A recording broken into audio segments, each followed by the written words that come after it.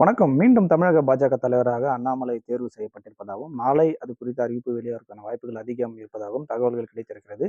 குறிப்பா தமிழக பாஜக தலைவராக திரு அண்ணாமலை அவர்கள் வந்ததுக்கு பிறகு, தமிழக பாஜக தலைமையின் இந்த செயல்பாடுகள் மிக வேகமாக செயல்பட்டது அப்படின்னு சொல்லலாம். குறிப்பா இதுக்கு முன்னாடி இருந்த தலைவர்கள்லாம் பெரிய அளவுல தலைவரா இருந்தாலும், ஒரு பேசுபொருளாக தினசரி மீடியாக்கள சந்திப்பது, பெரிய விஷயங்கள பத்தி கருத்து சொல்வது என அண்ணாமலை வந்ததுக்கு அப்புறம் ரொம்ப வேகம் எடுத்தது. தற்போது பாஜகவின் வாக்கு வங்கியும் அதிகரித்திருப்பதாக பாஜக தலைமையும் நம்புகிறது. இருந்தாலும் கூட அஇஅதிமுக போன்ற கட்சிகள்லாம் கூட்டணிக்கு வராததுக்கு காரணம் அண்ணாமலையின் செயல்பாடு அப்படின்னு தமிழக பாஜகவுல இருக்க 2ஆம் கட்ட தலைவர்கள்லாம் நினைக்கிறாங்க. அண்ணாமலையை மாற்றணும் அப்படின்னு பலமுறை அவங்க கடிதங்களும் குடுத்திருக்காங்கன்றது எல்லாருக்கும் தெரிஞ்ச விஷயம் தான். குறிப்பா நயினார் நாகேந்திரன் மற்றும் வானதி சீனிவாசன் இவங்க 2 பேருமே தலைமை பதவிக்கான ட்ரை பண்ணிட்டு இருந்தாங்க. இதுல டெல்லி தலைமை விசாரித்து பார்த்தபோது, நாடாளுமன்ற தேர்தல் அ முடிவுகள்ல அதிகப்படியான வாக்குகள பாஜக பெற்றிருக்கிறது.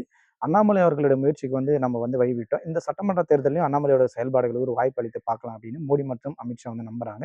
எனவே அண்ணாமலையை இந்த 2026ஆம் ஆண்டு நடைபெற இருக்கின்ற சட்டமன்ற தேர்தலில் தலைவரா தொடரட்டும்ட்டு அவங்க 2 பேரும் சம்மதித்தனால, அண்ணாமலை டிக் செய்யப்பட்டிருக்கிறார். எனினும் நாளை அறிவிப்பு வெளியாவதற்கான வாய்ப்புகள் அதிகம் இருக்கிறது. தமிழக பாஜகவில் 2ஆம் கட்ட தலைவர்கள் எல்லாமே சோகமா இருக்கிறாங்க. மீண்டும் அண்ணாமலை பாஜக தலைவரா இருக்கிறாரா? கூட்டணிலாம் நம்ம போக முடியாதுன்ட்டு. ஆனா தமிழக பாஜக தொண்டர்கள் எல்லாமே ரொம்ப சந்தோஷமா இருக்கிறாங்க. அண்ணாமலை வந்ததுக்கு அப்புறம் தான் பாஜக இன்று பேசுபொரு பொருளா இருக்கிறது.